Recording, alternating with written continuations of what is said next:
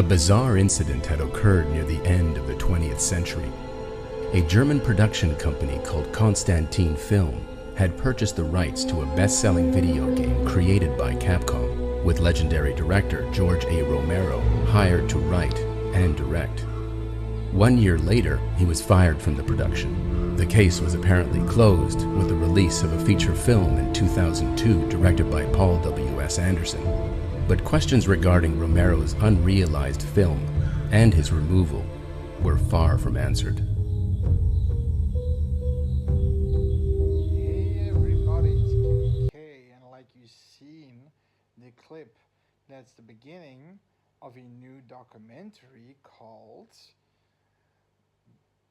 George Romero's Resident Evil from 2025, a newly made documentary for the great master of the undead, George Romero, rest in peace, because especially for zombie movies, he was my favorite. He's the one who created the cannibalistic zombie who was infected, and we never really knew through Night of the Living Dead and Dawn and Day how they got infected. There was a scene in Night of the Living Dead that a satellite, now was it filmed? I do remember somebody saying on the radio in a different edition that a satellite a satellite fell on Earth and had some kind of space goo on it, and that was the reason in Pittsburgh, because Romero filmed everything in Pittsburgh. But it's 1968, Night of the Living Dead, a black and white horror movie that should have been in color because it doesn't do the movie justice, especially with the zombies. The zombies looked creepy, bloody. You had a waitress that running around with one arm. She got teared off, and you see the tethers of flesh still hanging on. I mean, it was pretty gory for 1968. It didn't even got a rating because they thought it was full violent, even in black and white. Nowadays, you can find the colored version too. For people youngsters who want to know something about Master of Zombies, because if we didn't have Romero, then we didn't have the zombies from The Walking Dead. Then didn't we have the zombies of, okay, in the remake of Dawn of the Dead, I believe he's the guy who came with the fast zombies. That's his idea, but still, those zombies wouldn't be made if you didn't have George Romero. And 28 days later, you can say, the zombies, no, they're actually something else. They're crazies more, to be honest. They just want to kill you, not eat you. But it's almost the same, right? Viral. Now, the reason why I'm saying this is because George, you first had these zombies. The Haitian voodoo magic ghouls, they said, that would abduct people, kill people in because they got ordered. Then Romero came with that, the cannibalistic zombie, and from there it's basically history, right? Now, of course, a game came out that was influential to George Romero's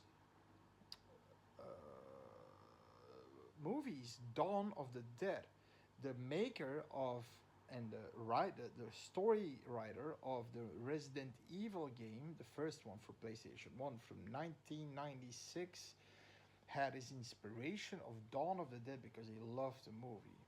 Before Dawn of the Dead, you had a weird game called Sweet Home, I guess, something like that. A Japanese game that was actually kind of the same, and they made a Japanese movie about it.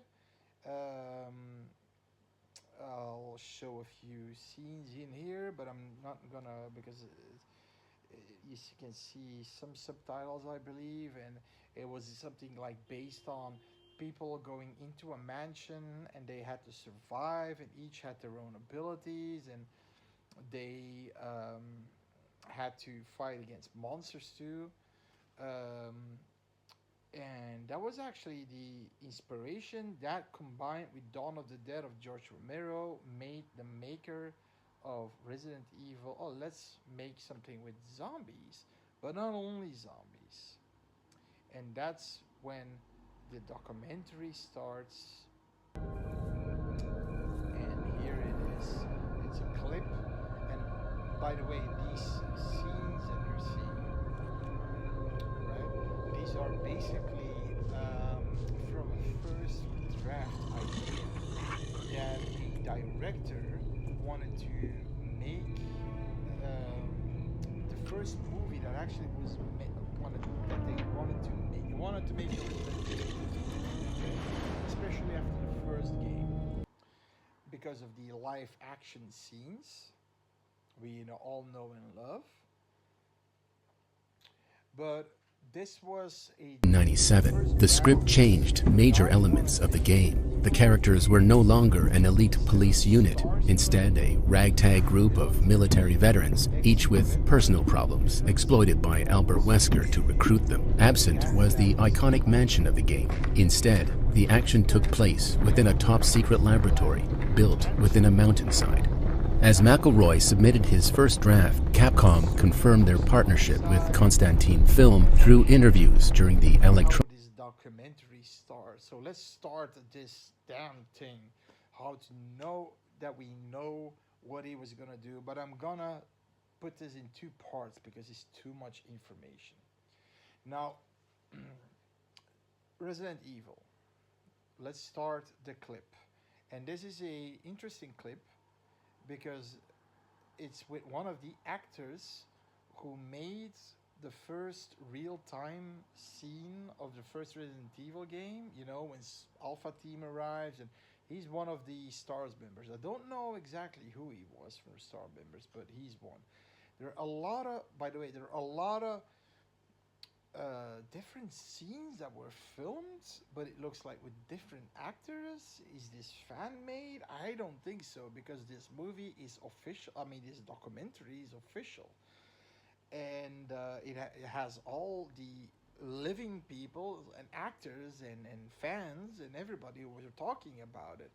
Because why we're talking about this is because you have a new Resident Evil coming up. I already expressed my opinion from a guy called Geiger or whatever. It seems to me it's gonna be a fuck up. It's gonna be action-packed shit. It's gonna be a Paul W. Anderson or the guy who made with a Norwegian name or whatever it was, the Danish name. No. Romero wanted to make a movie that was pure Resident Evil. And the reason why they didn't went with his script was it had story, it had characters around Chris Redfield and Jill Valentine, and stars, and what happened, and the thing is, he would have used gore and explicit gore, and that's what they said. Oh no, we don't want that. And you will see that at the end of this clip when I show you the trailer that they used, the little movie trailer that George Romero directed for Resident Evil 2, that has more Resident Evil in its bones and spirit than any of these Resident Evil movies. That's my opinion, that were made. And how was his calling card to say to Capcom and Constantine, you know what? I want to make one of those Resident Evil movies. And he had a script. Apparently it leaked, and now we have a documentary. Now, of course, George Romero is dead, the great mind, but his great mind is still on a script. So if that script would have been, it's still out there. So if somebody would make the damn movie, who knows? Because it's a solid thing. So basically, here's the scene where one of the actors is stalking. Inspiration bookended the gaming experience through live action sequences filmed to look like they were pulled straight from a horror film. It was quite a long time ago, but I do have a fairly strong recollection of the day where we were shooting the outdoor scenes. It was kind of outside of the center of Tokyo, near the Tama River. It was a hot night. There was lots of mosquitoes. They were using smoke machines. There were some really cool props of the dogs and the hand that's holding the gun. And I recall running around in the grass. They would then just give us some direction, like, look this way, shoot your gun. There wasn't a rehearsal. It was all just kind of done by the seat of our pants. But it was a lot of fun. The crew were fun. And I think we didn't really know what we were getting into until we got there and we got into it. No! Don't go! Not for everybody. This is purely for a Resident Evil fan and who played the game back then. There was this one epic moment, and if you can remember, probably every Resident Evil fan should, and non-Resident Evil fans, there was the first game. Every game basically had you found files or diaries or like these little cards that give you information about somebody, and one was the itchy, scratchy zombie story, and it's creepy. In the game, you find this diary of a guy who worked at the dog pens where all the Dobermans were used to inject with the T virus, and they would become the BOW, bioorganic weapon, the Cerberus, codename Cerberus. And he's describing that, oh shit, there are a few escaped, hence that begins the entire ordeal, and they got reprimanded for it, and they were angry, and it was two guys, two friends, and at some point they're feeding this, what they say, a lizard type creature with claws. It looks like a gorilla, and they gave it a live pig, and it's at first it looked like they were toying with it, just ripping limbs off, and then they eat it. The hunters, those were the BOWs that were in that cage. Now, at some point, this guy is saying, "Ah, damn, man, I'm itching all over the place." And at some point, he itches, and a huge chunk of flesh is in his hands. He goes to the doctor. The doctor says, "I think it's best that you stay in your room for now." So he's bored, and his friend comes, and then at some point, more and more flesh patches are going away. He can't think, and of course, what we get is this situation, and this is a live situation, a live scene. I never seen that before. It's pretty cool. Of the itchy, scratchy zombie. Now, how it first, before I set the scene, the so you read the story. He basically, what he does is he's writing, and he becomes more childlike, and he's yes, tasty. Friend killed friend, ate friend, tasty, itchy, scratchy, and then it's gone. It stops, and then the zombie is behind you in the closet and comes out of the closet. So you have a creepy story and a creepy jump scare as well. So a very nice moment of creepiness, right?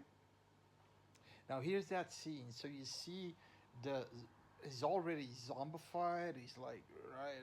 You see a green herb there, a typewriter. Bum bum bum. It's the zombie. It's the zombie. We all know in that scene. No, a lot of people won't know that scene because they never seen the ones that didn't play the game. The ones that play the game know this scene. And then you have a moment when he stops, he's zombified, and then he turns around and you see a zombie with blood coming out of his mouth. So, because he ate his friend, right? He still has blood in his mouth. And that's a cool scene. You got a few more scenes like this. You got the epic zombie scene when the zombie looks like this. The first scene, basically, when the first STARS member encounters a zombie. You got Barry Burton and Jill Valentine. They're examining the blood in the ballroom, um, in the big dining room, I mean. And then they go in and they see a zombie and they attack it. They fire at it. Then there's a zombie on the ground, and when he comes back up, you've got this horde of zombies in a hallway with wide eyes. It's so cool. There are even things that scenes of the stars members, alternate kind of with explanations. So you've got, let's start with one, and then I'll start with another one, and I'll put it a little bit louder so you can hear it, that what it was supposed to be. Comes across as the hero, although he often acts like a bit of a jerk. Jill is the explosives expert and Brave Vickers is the team medic, although actually it turns out he's a guy named Mike who hacked into the Army's database to find out what happened to his girlfriend Rebecca Chambers, who was with the first team that went and disappeared. The original script was 114 pages. The first 58 to 60 pages or so sets this up and follows their training. I'm watching the pages go by, I'm wondering, when the fuck are we getting to the mansion? This is too much. The team flies into Raccoon Forest, and as soon as they land they're attacked by monstrous dogs.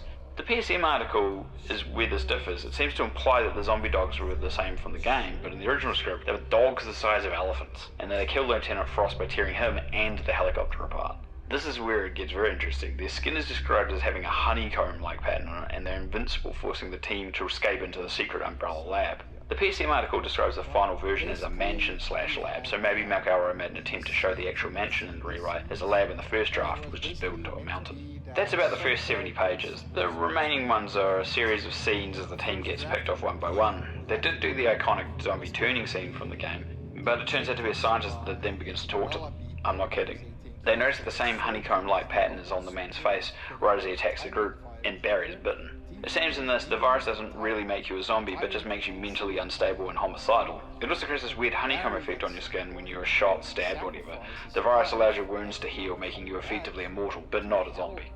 There's some dialogue about whether Barry is infected, and Chris argues they should execute him before he turns on them. And then there's discussions between the group all about this. Eventually though, Barry sacrifices himself to a horde of mutated scientists that swarm them all, allowing the rest of the team time to escape. There's more scenes with the not zombies. There's a scene where a giant spider emerges from the grate to attack the team as the not zombies are also trying to break down a door. Even the infected wasps from the game make an appearance at one point, attacking the team in a service elevator. Those scenes are actually tense and well written, and it was great seeing some of Resident Evil's lesser monsters get some attention. Brad is discovered to be the imposter Mike and is later killed, and eventually there's an argument between Wesker, who is ordered to get the research from the bottom level, and Chris and Jill, who just want to escape to the helipad on the roof of the facility. Wesker continues on alone, but when he reaches the bottom he discovers the entire mission was a trap, and the government sent Wesker to be the scientist's ultimate experiment because he was considered the ultimate soldier. 4 infected scientists strap him to a table and inject him directly with the T-virus. Chris and Jill make it to the top of the mountain and the rooftop helipad as the evacuation chopper is in sight.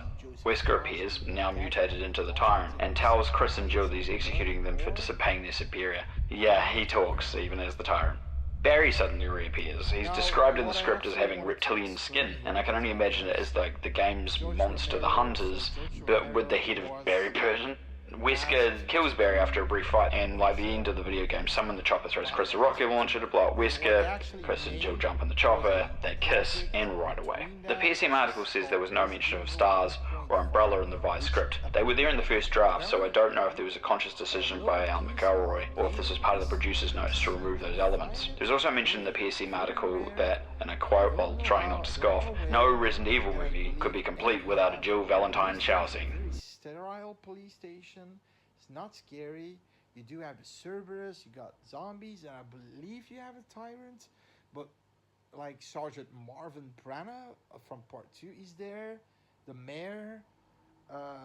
You got Leon S. Kennedy too, but you don't have Claire Redfield. It will be like I think is Alice her name or what? And then I'm thinking if it's Alice, I'm not sure if it's Alice. It's a biker woman that kind of looks like Claire, but she's constantly using her. She's keeping her biker outfit on, and she's called different. And I believe it's Alice. So my brain starts to pink. Is that why Paul W. Anderson called Mila Jovovich's character Alice? Who the fuck knows? But that game was 70%, but they needed the Resident Evil spirit in there. So they made Biohazard 2.